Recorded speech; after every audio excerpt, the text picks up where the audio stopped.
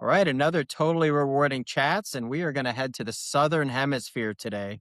Well, not really, because but knowledge about the southern hemisphere with Alberto Mondelli from Towers Watson today, and as always, Paul's joining me. He dressed up again in a different hoodie. I keep showing up. Um, I keep yes, I showing really up. appreciate you, wearing a different hoodie. You're wearing a different T-shirt, man. So, like, I let's be know. careful about throwing stones. I'm a little highly concerned at some point in time, we're going to get to the number of episodes that, I'm going to have to, wear the same shirt again.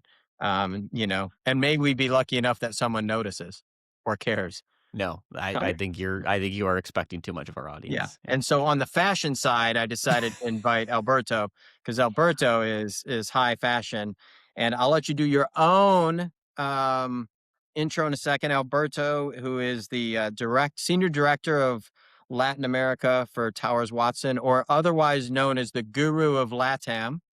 And for the Americans that are on here, Latin America is more than one country.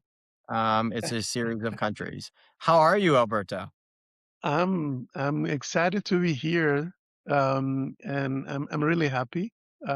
We have started 2026 with the right foot. So So But you have to correct Sean already. Sean's already aging himself a bit by how he has referred to your firm. It is not Towers Watson. it is not. It is Willis Towers Watson, and it has been for the last 7 or 8 years. By the way, 8. Yes, at my age, by the way, it's also the Sears Tower in Chicago, where I grew up. So you we are guys still still have it? there. Our Yeah. office is still there, and it's actually now named the Willis Tower. Yeah, but nobody No, says no, that. not a no. I'm refusing, is what I'm saying. It's going to be the Sears Tower. As long, I mean, I'm going to call it that, and obviously, you can't even buy anything at Yeah. Sears. It's Even been the Sears Tower to my 7-year-old. It's actually been the yeah. Willis Tower longer than he's been alive, but he knows it's the Sears Tower. Yeah. And it will continue to be after Sears disappears, which will probably happen very soon. Yeah, Yeah. that's right. I didn't even, to be honest, I think one of the first things I do after this is to Google and see if Sears is still around. I kind of assumed they Thought were it was already already gone. gone. I Um, think there are 4 stores still in the oh, U.S. And look at that. Mexico, by the way, there is Sears in Mexico because the owner of Sears is now a Mexican guy. This has Didn't know been that either. this has been great trivia already. So I want you to go back through your background and talk about, where you've been, the highlights, other than, of course, meeting me in Sao Paulo. Other than that, walk through the rest of your career and what you're doing now, and we'll jump in from there. Yep.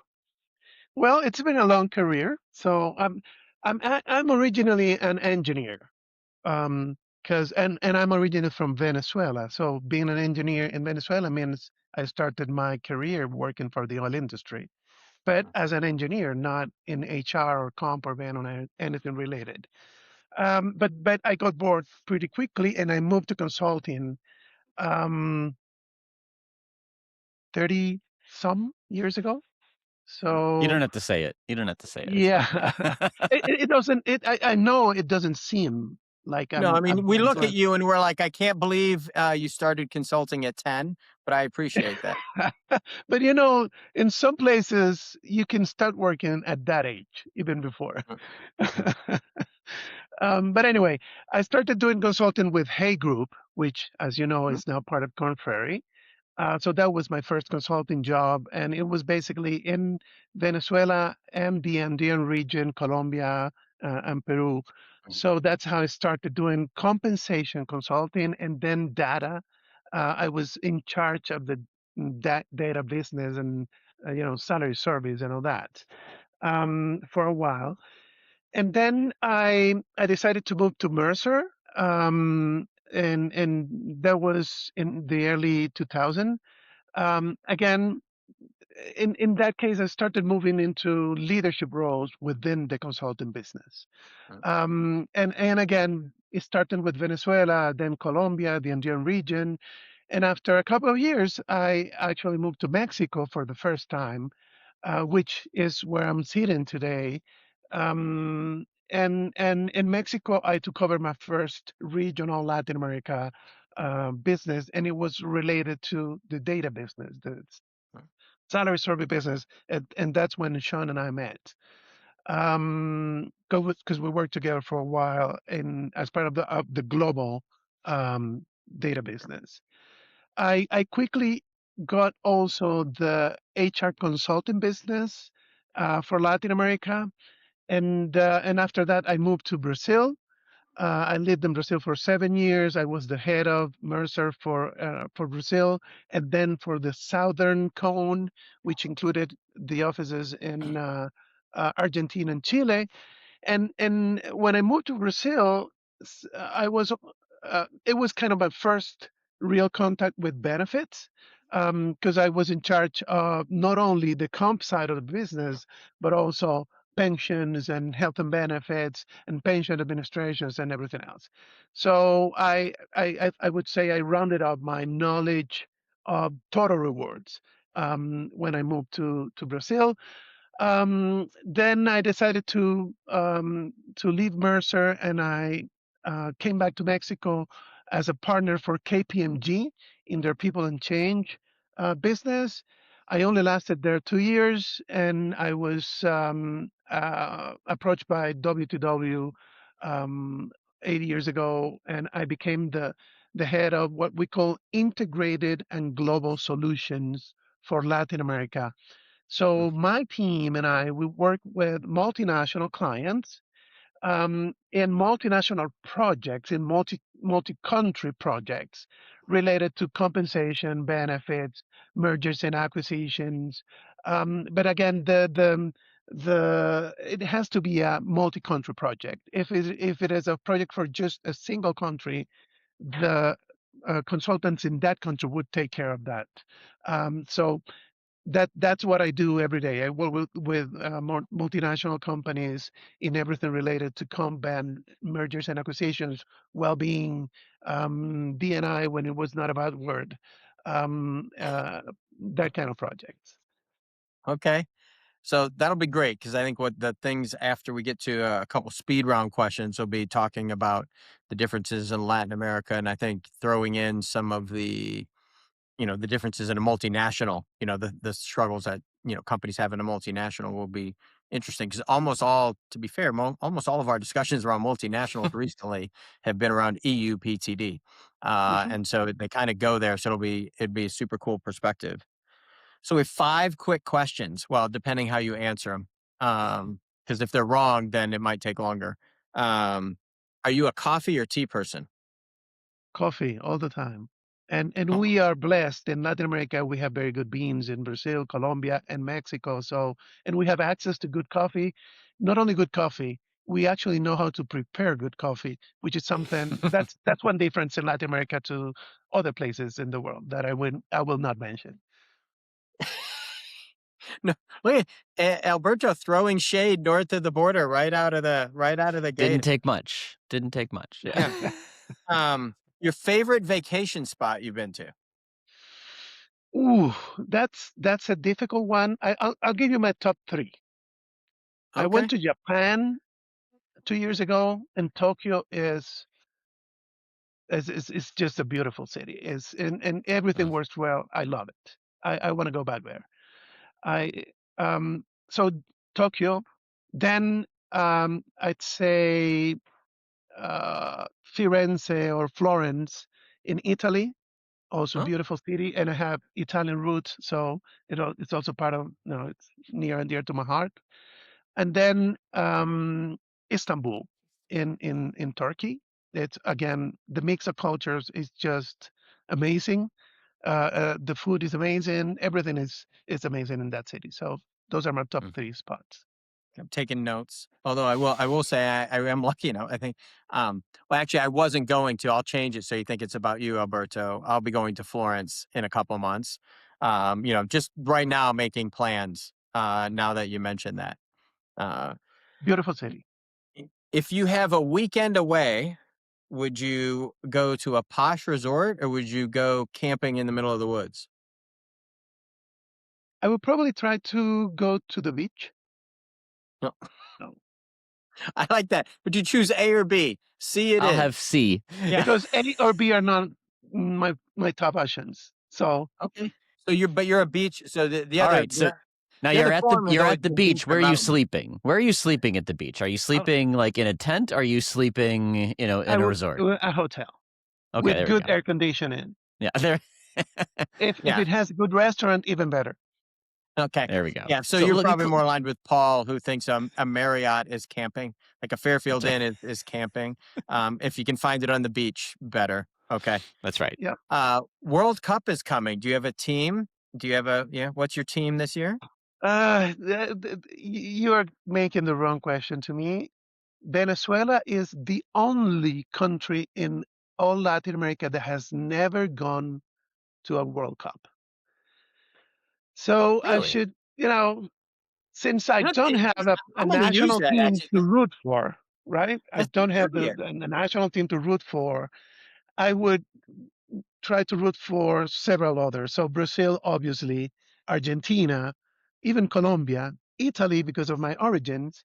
So I usually say that in Venezuela, since we don't go to the World Cup, we win all the time because we celebrate if Spain wins, if Brazil wins, if Argentina wins, if Italy wins, and because also we had large populations of Italians and Spaniards in Venezuela. So um, uh, not a specific team, but we always win. That's unexpected but great answer. I mean, why not, right? And then the last one we always ask, so I'm curious how this goes. Are you a crunchy or creamy peanut butter person? In Latin America, peanut butter is not something we would eat frequently. If I had to eat it, it would be crunchy, Okay. but I would rather have caramel. So I'm not gonna lie. I did have a peanut butter and jelly sandwich for lunch and never did it cross my mind to make that a caramel and In, and in, peanut in butter. Latin America, caramel, we don't call it caramel, we call it dulce de leche in Spanish or doce de leche in Yep. Portuguese. It's so good. And it's actually part of breakfast in some places or, mid Yeah. afternoon or kind of coffee or something. So, yeah. Okay.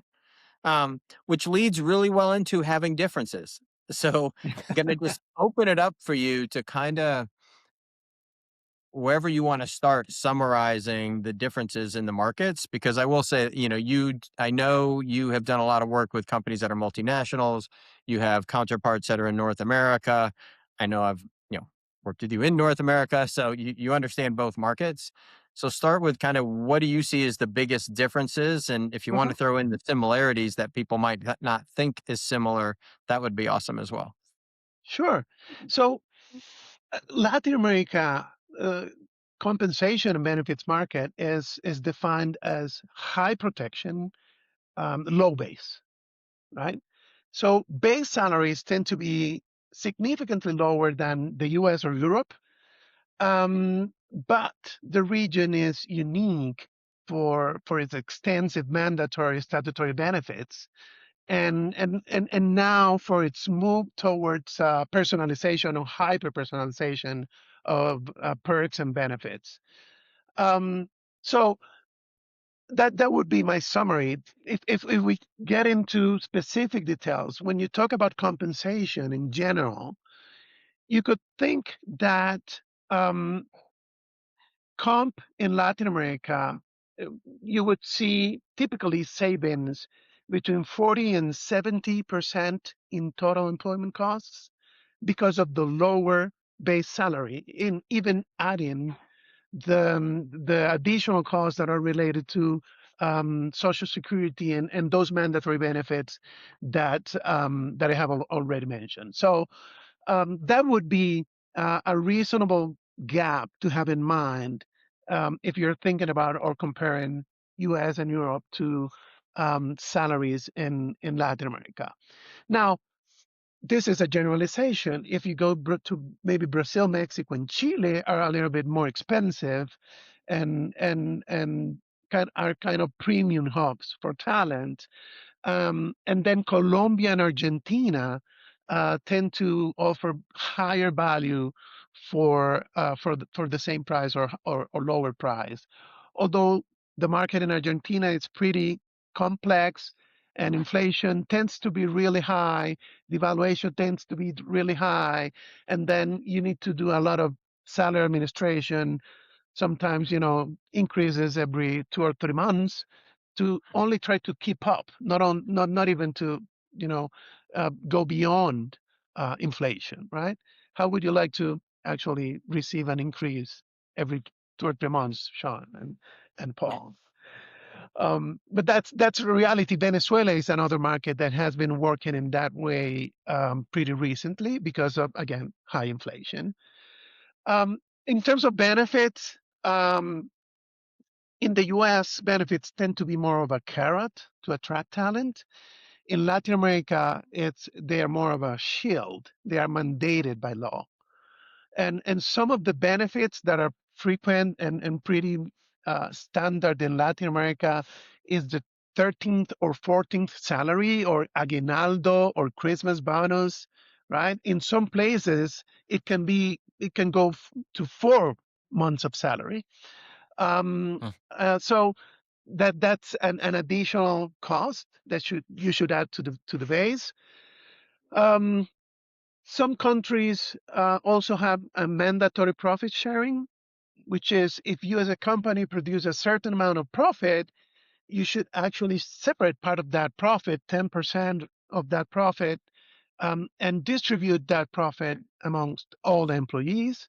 And there are formulas in Mexico, for example, half of that amount you distribute equally amongst all employees, and the other half is proportional to the number of days that you work during the year, or proportional to your salary. There are usually caps so that the high salary people don't get all the money, but that's also pretty common in Peru. Is also a practice in Venezuela. Is also a practice. And then the severance laws. LATAM has very strict severance protections, and it can mean a lot of money for people that are dismissed with no fair cause, and for companies that's a liability that they have actually to take into account and put in their books, because eventually at the termination of the working relationship, you will need to pay for that, right? Um, and then there are perks that are pretty frequent. Probably the two most frequent ones are food and meal vouchers that in other places may be considered perks. In Latin America, most people would take those for granted because it's pretty common in the market. And then in terms uh, of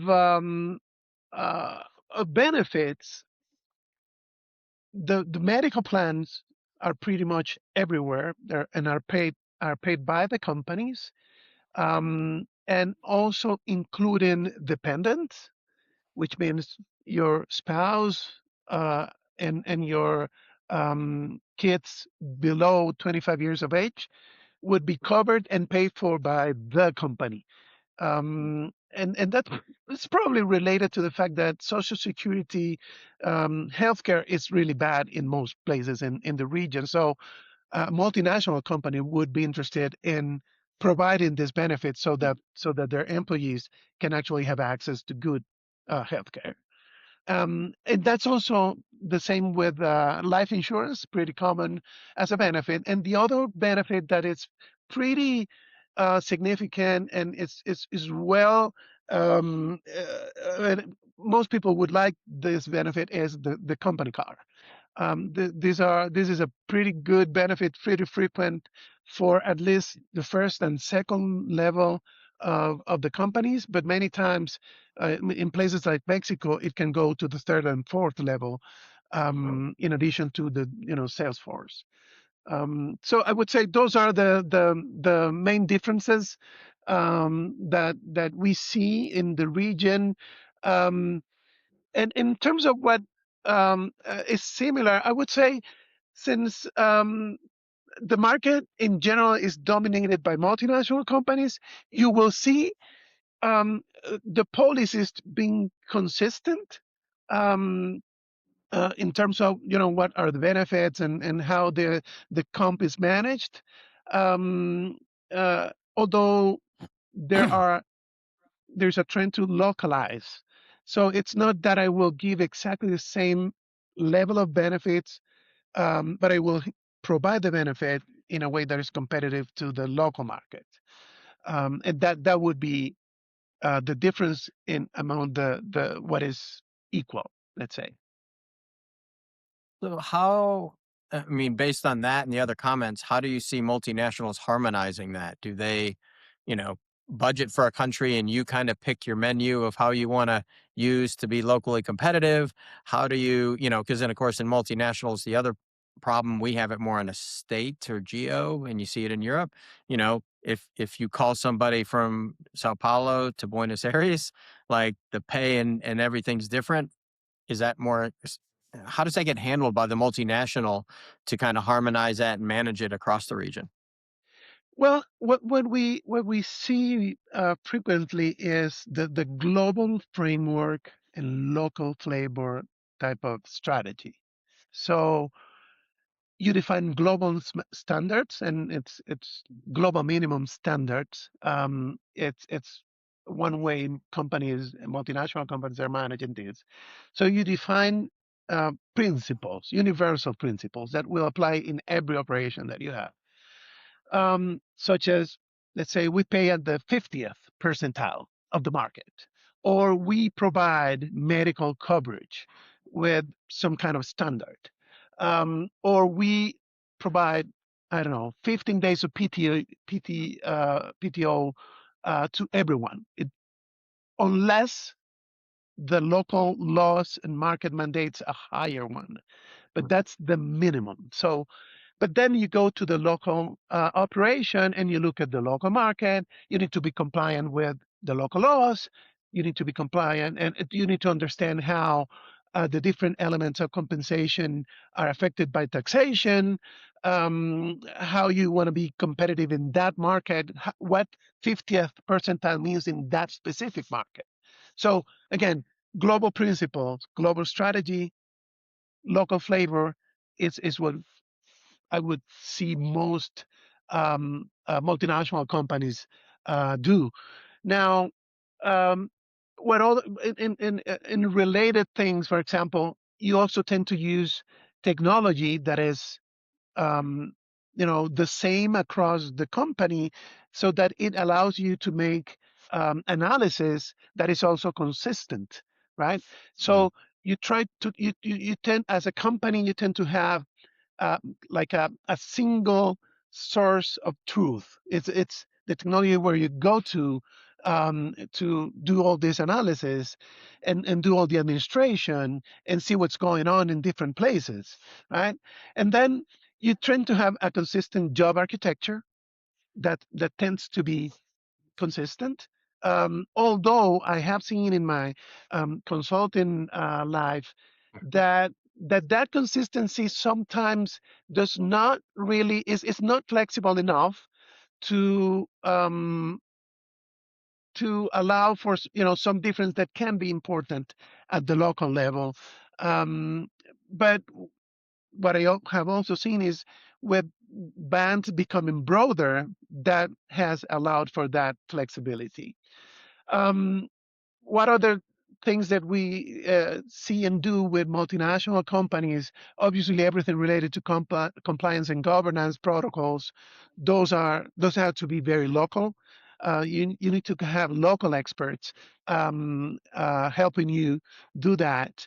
And then you, as a company, as a headquarter, you probably want to do regular audits to see where how things are going. And one thing in Latin America that happens frequently is that there are changes in laws that that you actually need to be on top of, so that you don't become uncompliant with these new regulations. And then communication. I've seen companies investing a lot in total rewards communication.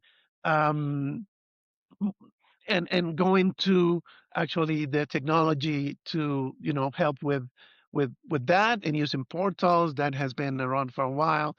Um, and I would say those are kind of the things that I see more frequently multinational companies doing to adapt Hmm. to local realities. Do you, I don't know, Paul, I don't want to monopolize. I'm very curious. Do you see Latin American headquarters multinationals acting different and having different problems than, a multinational based somewhere else, US or somewhere else, working in Latin America? Because for those not watching, if you could see Paul and I's face, when you said, like, you're going to get a car, we're like, sweet, because that's like, that just doesn't happen here, right? And so if there was a US multinational doing business down there and someone said, just want to let you know, everybody, in these three levels is getting a car, um, that would be interesting. Look, yeah, obviously there are big multinational, global multinationals in Latin America. Some of the biggest bread producer bakery in the world is a Mexican company, um, and I could name you others. But the thing is, what I see in Latin America, we call it multi-Latinas, by the way, multinationals that are whose headquarters are in Latin America. Um, Multi-Latinas, they tend to be less centralized than other Mhm. multinational companies. Hmm. Um, and you could say it's probably because of the fact that there are a lot less and we are less used to be headquarters. So we tend to actually let bigger operations or operations in bigger countries to actually have their own policies.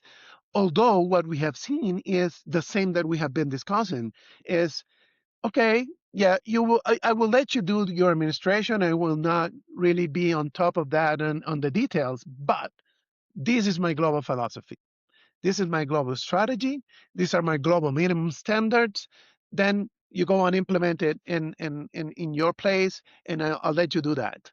So that's a way to decentralize without providing full freedom and guaranteeing that that strategy and that should align with your culture is actually migrating to the other operations. Yeah, I mean, one thing I found when I was in house, not consulting, sort of dealing with multi country things is quickly you have to have a clear philosophy or approach on like what is global, what's not. And that just can't live with you. Like, you have to educate people on that, right? Because, people don't just get up and move day to day between countries, but they can. And you want to be clear about, like, well, what do we consider part of while you're in Brazil versus what is really attached to you or your role? And, I don't mean that mechanically, I mean that more philosophically. And yeah, we're going to be local when we're local, and that's the way we run.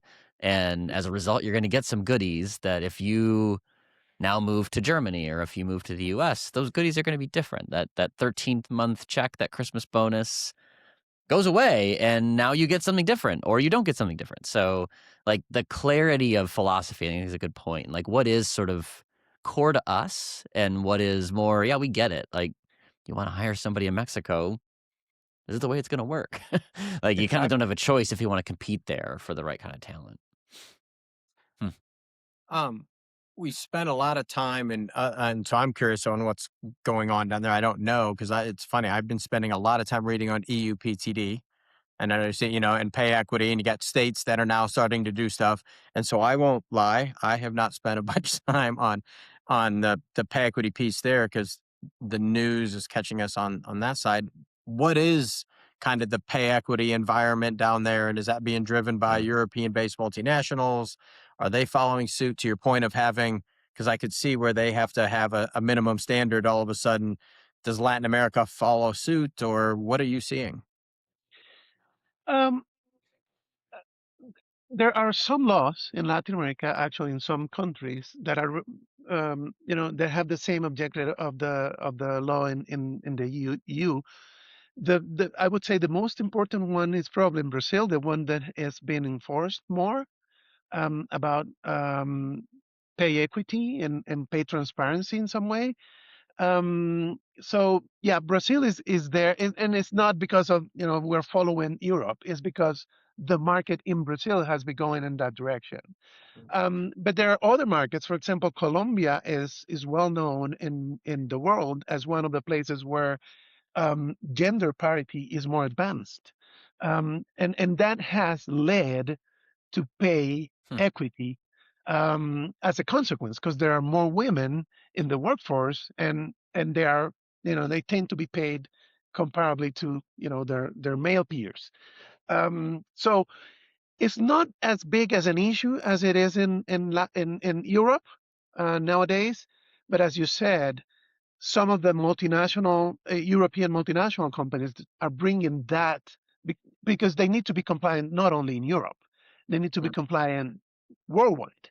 So they are bringing that to the region. But there are places, again, like Brazil and Colombia and Argentina, where this has been a trend for a while. Now, Hmm. what I have seen also is, again, being consistent with the what we have been discussing, is a shift from um, uh, offering exactly the same things to offering an equitable value. Mm. So instead of giving everyone $500 for wellness in all my operations in the world, I will adjust. I will have a wellness benefit, but I will adjust the amount depending on what you can buy with that in your Yeah. local market. Mm. So Yeah. adjusting a little bit in terms of purchasing power, local purchasing power. So maybe you can go and buy a gym membership, and you want to make that affordable everywhere, right? But that will mean, I don't know, $500 in the U.S., but $100 in Brazil. You're Mm. providing the same benefit, but it will cost you different depending Yeah. on local purchasing power, right?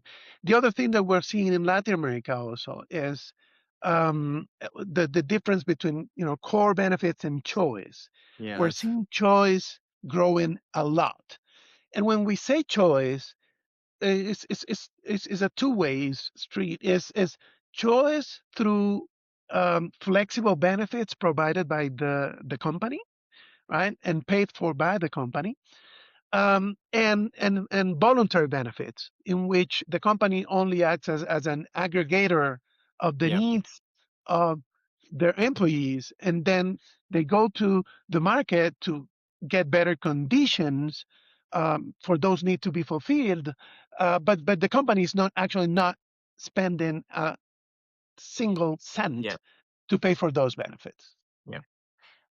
That always the core flex where there was, mobility is one place where it was. But when you think about that, I'm always curious how that's going to work out in pay equity in particular. Because, if you talk about the value that's given, do you talk about the value to the employee, the Yeah. value out on the open market? I chose this, but I didn't use it.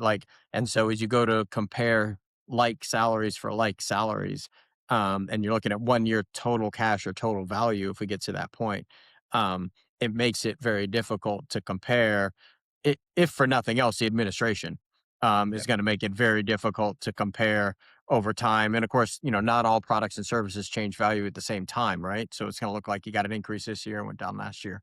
So I think it's really interesting that they're doing a lot of that.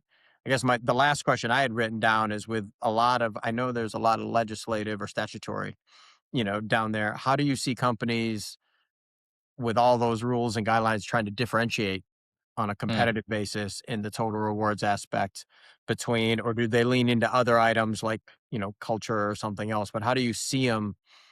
My recollection, which is now getting longer, is that there's a little less latitude on the base pay, like you mentioned. So how do they differentiate? Well, I told you I started my career as a compensation consultant, and then I moved to benefits. When I was a comp consultant, I used to say that benefits were boring because they didn't change as frequently, etc. Right? And comp was where the real fun was. Today, I think completely the opposite. Maybe because I'm now more in the benefits than in comp. But what I see, the truth is, what I see in the market is companies are differentiating more through benefits Yeah. than through salaries. because salaries, as you have said, it's when you have a lot of things that are limiting the way in which you manage your salary. You can differentiate and you can pay some of your people at a higher level, your top talent, your high potential, your high performers, etc. Right? But in general, that's not what we see. What we see is these people, in terms of comp, they actually grow faster because they grow faster in the structure, not Mm, because they get to be paid in a different pay line in the market, right? But we are seeing benefits becoming a high source of attraction in Latin America. So, for example, pension plan. Pension plan is not a frequent benefit in the region. Um, uh, if you take out Brazil and Mexico and a little bit Colombia, in no other places private pension plans are a thing in the market. But it's a big need in the whole market. I mean, the pension systems in the region hmm, will not ever allow you to have a decent pension to retire. So it's a big need. People are actually telling the companies that they need more help in general in financial well-being, but in particular in how to actually get to a retirement that is at least decent. So the companies that provide pension benefits are, hot commodity in the market. You hmm, would kill to go to these kind of companies. So in this case, retirement is offered and pension plans are offered, or other ways of savings. Because in Latin America, you have the pension plan, which is, towards for the end of your career, but you have it's called the Fondo de Ahorro. It's like a savings fund where you can actually save some hmm, money and the company will match what you're saving, and then you have access to that at the end of the year. So it's a way to save. There are other called like saving boxes or saving banks in mm, which you can actually have access to loans. So again, companies that are providing financial well-being benefits are now very, very hmm. interesting for the talent. Not as much as the health plan, because 98% of the multinational companies are providing a private pension plan, private medical plan for their employees. So differentiation is coming through other benefits, well-being benefits. A lot of, the gym membership is a pretty good benefit in Latin America. The food vouchers, the grocery vouchers. mm, So these other benefits actually make a little bit of a difference. And of course, we would be, if we didn't speak about remote work as mm, you can call it a benefit or not, because it's a work model. It's a big thing in the Yeah. region in terms of attraction and retention. It has been for a while. I mean, in Mexico, for example, many companies in the service industry, in the financial industry, they have short Fridays, and they have had short Fridays for a while. Now it makes less sense when people is not working from the office. But again, companies providing the work from Yeah. office um, uh, mm, are very, very much more Yeah. attractive to the talent. In Brazil, it's also the case, and in other places. Now, if I take the you said remote, and it was one of the questions on my list is, I work with them. I don't work with the biggest of the big companies. I tend to work with sort of the mid-sized companies here in the Mhm. US, and to them, remote work has meant global work. And can I find great talent in another place that has a labor cost advantage? And Latin America has become, I would say, particularly attractive in the past few years because it's time zone aligned a lot better than traditional markets. Um, but I don't really compete. Like if that's usually done through an employer of record or something different. Like I'm Yep. not directly hiring those people. And my perception is that almost commoditizes the benefits a bit, right? Because that local EOR is the one providing it. I'm not competing on this. I guess how are you seeing that trend play out? 'Cause it feels big, in the segment that I work in a lot, but I don't know, like, to what extent does it translate from the perspective you're watching? Well, that's an interesting trend in Latin America. It's um, going from the brain drain to the brain gain. Hmm, Because actually, we're not losing as much talent as we were in the past. Because now they can actually work for these multinational companies sure. without leaving their countries, right? And receiving a salary that is more than competitive for the local market, Uh, while it is still half the cost of a Right. comparable talent in the more developed countries. So what we have seen is kind of an invisible export because we're not really exporting the people, but it's being exported because the talent is working for other places that are not their countries. So that's what we're seeing. The Hmm, hire from anywhere. Companies can hire from anywhere, sometimes through, as you said, um, you know, third parties doing the administration. Um, but then one thing that drives is the fact that um, the whole total rewards is almost reduced to a good salary,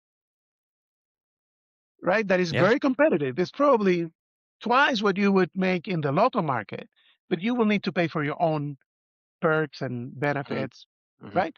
But it's good enough so that you can actually do that and still be making more money than yeah, in your local market. So that's what we're seeing, and that's pretty. I'd say Brazil, Mexico, Colombia, Argentina are very large talent hubs because of the size of their talent markets, right?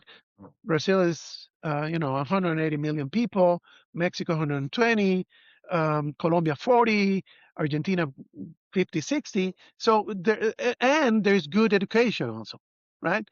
Um, so that's what companies are doing. Companies and probably more on the technology industry. Sure. You mm, see that more. They are just going to find these people again. It's to me it's a win-win. They get good talent for less money, and the talent gets better pay, and gets to work with a multinational company that could actually provide other opportunities for development. Yeah. that's great. Um, do you have any last thoughts? Because my other question for you to wrap in with anything we missed, because you were relying on me to ask questions, and that had holes in the logic, is if you could fix any one thing automagically. I don't know how to say that in Portuguese. Automagically. But yeah, Or in in Spanish. yeah, or in Spanish. Yeah, I definitely not in Spanish.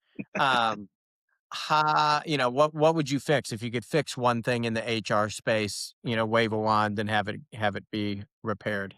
Hmm, I think the to me probably the most pressing issue these days is that skills to work gap.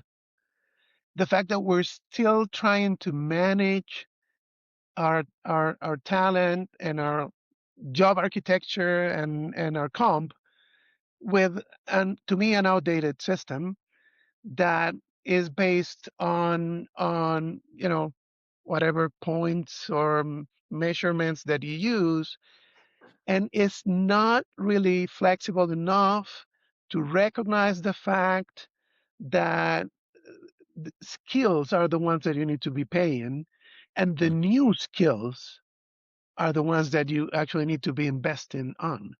Uh, if Yeah. if I would have a magic wand to solve something, that is what I would try to Yeah. solve and then sell it as a consultant for $1 million. Of course. My thing on skills, Alberto, has always been, I think the technology and the data is there to pay for a skill. Like, I think that's there, and the gap. So this tech skill, especially tech skills, might be worth more than someone who doesn't have this tech skill. hmm. Fine. I don't think that's the fundamental problem with paying for skills yet. We haven't figured out how to unpay for skills or the willingness, or in some many cases, the legal ability to unpay for a Hmm. skill. So if I pay an extra, you know, 20,000 reais because you pay, Python, and 2 years from now, as AI, it happened a couple years ago, writes Python better, and that skill is not worth 20,000 Yeah. reais anymore. What do I do?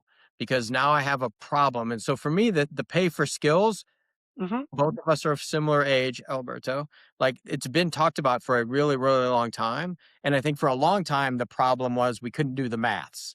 Like you just Yep. couldn't get a really good guess on how much a different skill was, especially a soft skill. I think we're getting closer there. But how you unpay, and the joke I usually say is I wrote Y2K software like nobody's business. When Y3K comes, I'm good. But for the 1,000 years in between, that skill does not have a lot of value. Exactly. And so to me, that's the thing with skills, I think. And I don't know how much statutory is, but I know there are statutory places around the world where you can't, reduce pay. Well, Um, Latin America is one of those places. yeah, It's yeah. if you reduce pay, you're basically is a dismissal.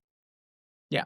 So Yeah. now how do you pay for skills without facing the ramifications of skills change, job Yeah. change? So that to me, like it is a magic wand thing. So I really like that you said that because it is a cool thing to do, and it reduces like maybe jobs, like you actually perform this stuff and you get paid for that. Yeah. I think just to answer that quickly, like I know one way to unpay for skills. You got to fire the worker. Like, and that's the unfortunate downside of that, right? Because Exactly. that's the like, we talk about tech skills, and I think that it's harder to talk about. You think about a manufacturing skill, like it's worth it to me if you can run a machine, right? Like I know what that's worth, but if I sell that machine, I don't need somebody to run it. Like that's the awkward reality of skills based pay is like But I'm the paying interesting for thing you to is it create can go like this. value. So if you Yeah. take the tech, but if you take that worker, right? In that case, you have to get rid of that machine because a new machine comes in, right? If that's the assumption. But yes, So, correct. so take the use case Yeah. or a new software. If it's new, nobody has that skill. Nobody knows how to do it, right? So the question is now, is the baseline for that skill what that person had before? And then do you pay them more once they learn it because now it's a rare skill? Because like Yeah. this is my thing is the unpaying, or maybe I should rephrase the unpaying. It should be the volatility of the value of that skill and the ability to adapt to the volatility of that skill. Yeah. I think that's Well, a good maybe thing. maybe the solution is not within the company, is on the gig economy, and then having Mm. agile way to actually use the gig talent to solve those issues. But so this is the one that always in my mind, this, the fun stuff, like it's in a gig economy, if the old machine was out and there's a new machine that's out in the market, nobody has that skill to go get. If you train it and you create a highly mobile gig economy worker, guess where they're going as soon as you train them, right? And the costs escalate because then, of course, the other person is not going to leave for that amount of money. And, so it's such a cool problem. Like we could It is. spend a session on it. It's such a cool problem. I definitely don't have the answer. I just think for me, it's always the volatility in that market and skills coming and going. And we saw it with AI skills and Python in particular in my mind was like, you know, I always tell anybody, "Do you know ChatGPT?" And they're like, "Yeah." I'm like, "You can sling Python code like anybody else now. You have to debug it because it's not perfect." But Yeah. anyway, I really appreciate you being on. I really appreciate you taking the time. It's always great to catch up. Trusting us with your time and sharing what's going on, especially in your role where you get to see all of Latin America, because we'd have to do a lot of episodes to do it.